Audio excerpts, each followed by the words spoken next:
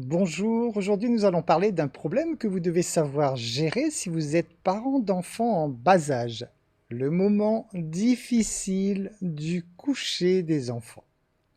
Alors à la fin de cette vidéo, vous saurez faire pour que ce moment, vous saurez tout faire en fait pour que ce moment délicat en fait ne fasse plus partie de votre quotidien et que ça devienne au contraire un moment de plaisir d'aller coucher les enfants. Alors les enfants qui sont des boules d'énergie, vous le savez, ont rarement envie d'aller dormir évidemment. Hein, ça signifie pour eux en fait d'arrêter de jouer parce qu'ils jouent tout le temps, ils sont heureux, ils bougent, c'est un jeu en fait pour eux de vivre tout simplement, ils sont pleins de vie et donc de devoir arrêter cela, ils n'ont pas envie de le faire. Vous connaissez certainement les classiques «Viens me chercher», hein, voilà, hein, tout ce genre de choses qu'on peut trouver pour éviter d'aller au lit. «Tu me lis une autre histoire, s'il te plaît, maman ou papa». Donc tout ce qui est possible pour faire durer le temps, pour retarder cette échéance du sommeil.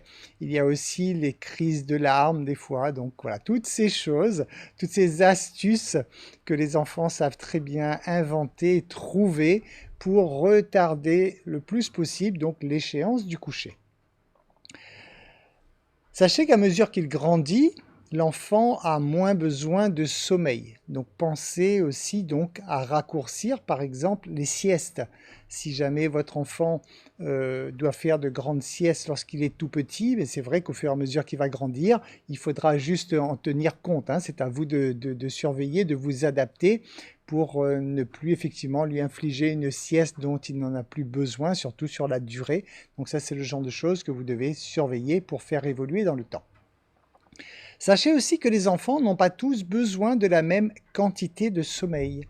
Même des frères et sœurs, vous pourriez avoir un enfant qui avait besoin d'une certaine quantité de sommeil et peut-être que le petit frère ou la petite sœur n'a pas besoin de cette même quantité de sommeil, hein. Chacun est unique, donc c'est à vous aussi de le surveiller. Ce n'est malheureusement pas écrit nulle part, c'est à vous de surveiller la quantité de sommeil dont il a besoin en surveillant comment il se trouve la journée, est-ce qu'il est bien, est-ce qu'il est énervé, etc. Donc ce sont des choses qui vous permettent de jauger pour savoir quelle est la quantité de sommeil dont il a besoin. Alors donc, comment gérer ce moment difficile du coucher? Déjà, l'heure du coucher doit être clairement définie et vous, en tant que parent, vous devez rester ferme sur l'heure du coucher. Donc ça, c'est vraiment impératif. Il faut que ce soit quelque chose qui soit arrêté par avance. Naturellement, votre enfant ne sait pas encore lire. C'est à vous de caler ce créneau horaire, en tout cas. Et vous devez vraiment rester ferme là-dessus. Par exemple, même si votre enfant ne sait pas encore lire, il pourra savoir en tout cas que quand l'aiguille est à tel endroit sur l'horloge, ça veut dire qu'il doit être au lit, par exemple. Alors, ceci dit, votre enfant, vous n'allez pas pouvoir le débrancher d'un coup pour le mettre dans son lit. Il est évident qu'il a été actif toute la journée et il va falloir qu'il puisse se préparer à ce sommeil. Donc pour cela, en fait, lorsque vous arrêtez une heure de coucher, vous devez en fait arrêter également, si possible au moins une heure avant, une zone tampon, donc une zone de préparation au coucher. Voilà, ce n'est pas que l'heure de coucher que vous devez arrêter, mais vous devez vraiment, au moins une heure avant, commencer à mettre en place tout le processus qui va amener l'enfant à aller se coucher. Donc, vous devez pour cela donc définir une heure pour aller au lit, d'accord? Et vous devez donc également définir une heure où il va justement commencer à débrancher. Donc, à partir de telle heure, il va, par exemple, il rejoint sa chambre, il peut commencer à jouer à des jeux qu'il prépare à la nuit en fait, donc surtout pas de jeux excitants le soir avant de s'endormir, donc des choses calmes. Donc vous avez compris le principe. Donc au moins une heure avant, vous entrez vraiment dans le processus qui peut, dans lequel il peut y avoir par exemple d'aller se laver, d'aller se laver les dents, se mettre en pyjama, etc. etc. hein. Donc toute cette procédure, en fait, elle doit vraiment commencer au moins une heure avant le coucher pour être certain que votre enfant puisse se préparer à débrancher tout doucement pour se laisser aller à son sommeil. Réservez également un moment de tête-à-tête au moment du coucher. Voilà, ne dites pas seulement à votre enfant d'aller se coucher, il a besoin d'être rassuré, il a besoin d'amour, il a besoin de plein de choses. Donc là, bien sûr, vous en tant que parent, c'est un moment où vous devez réserver dans votre emploi du temps. Il est impératif que vous accordiez du temps à ce moment parce que c'est vraiment ce qui va conditionner la bonne nuit de votre enfant. Vous pouvez par exemple, alors profiter bien sûr pour faire de cet instant un véritable moment de plaisir. Donc là, on est vraiment sur le moment du coucher. Donc le pré-coucher, les préparatifs, c'est votre enfant, vous le laissez tranquillement se calmer, se préparer. Et après, vraiment au moment de prendre son lit, donc 15 minutes avant par exemple, c'est là que vous devez consacrer ce temps pour l'accompagner, pour l'aider en fait à aller vers cette nuit de sommeil.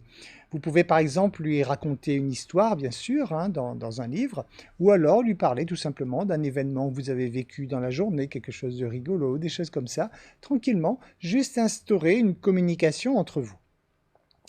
Veillez également à ce que votre enfant se dépense suffisamment au cours de la journée.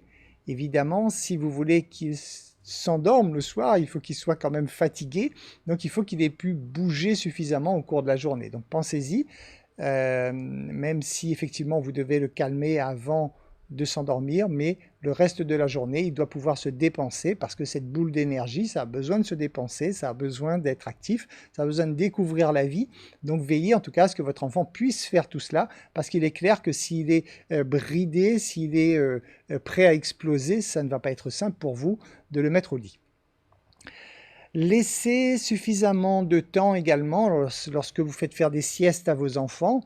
Laissez un laps de temps suffisant entre la sieste et l'heure du coucher, bien sûr. Il est évident que si votre enfant sort de la sieste et qu'une heure après vous l'envoyez au lit, ça ne va pas être évident pour lui de s'endormir parce que tout simplement, c'est qu'il a encore tout le bonus de la sieste.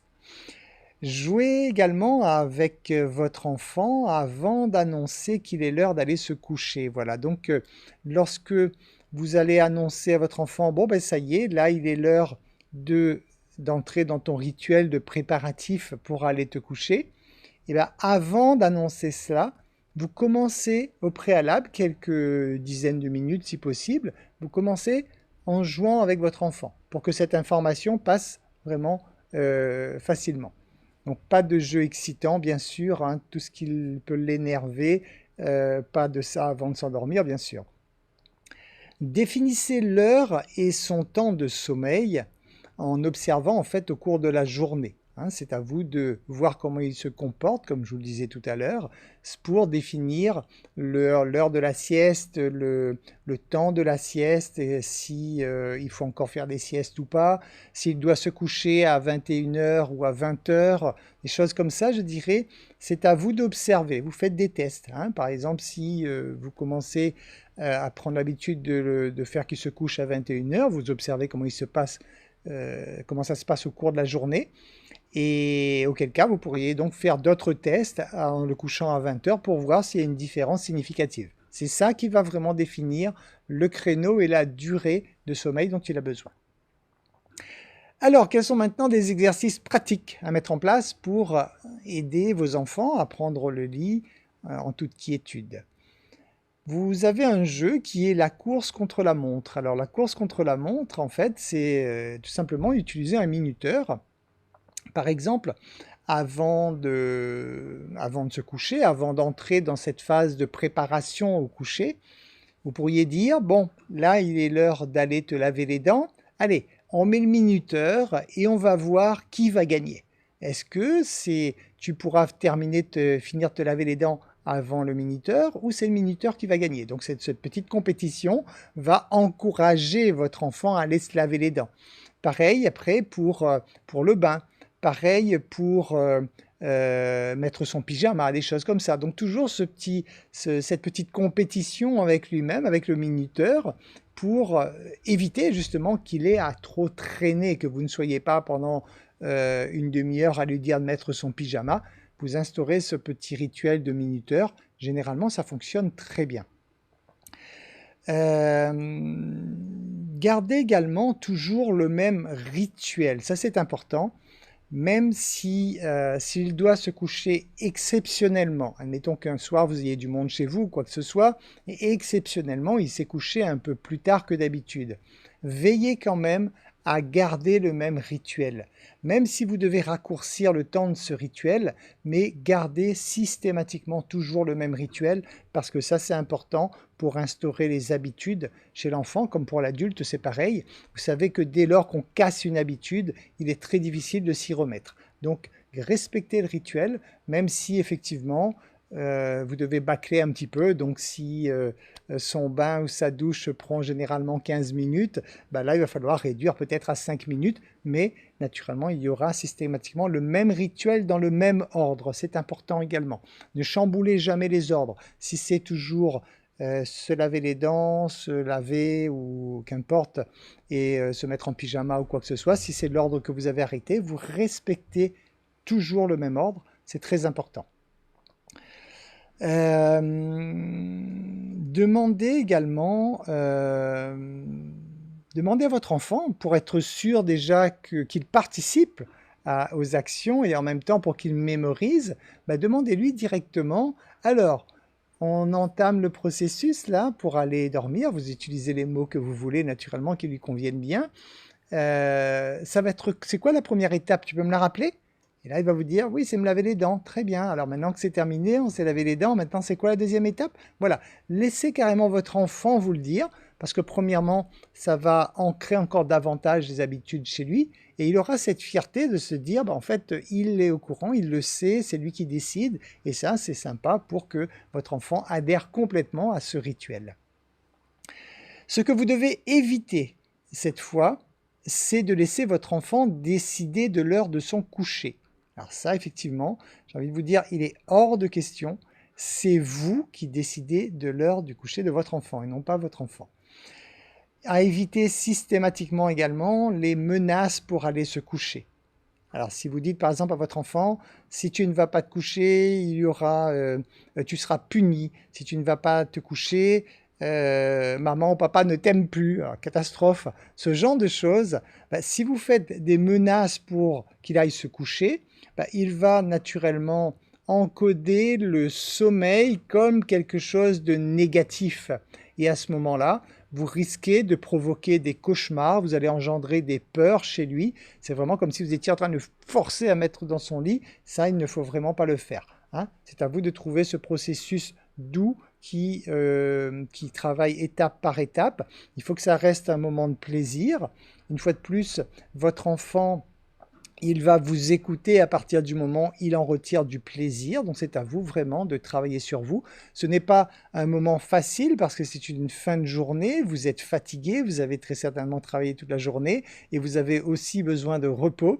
Mais comprenez à quel point il est important que ce moment soit vraiment privilégié, ce moment que vous passez avec votre enfant juste avant qu'il s'endorme.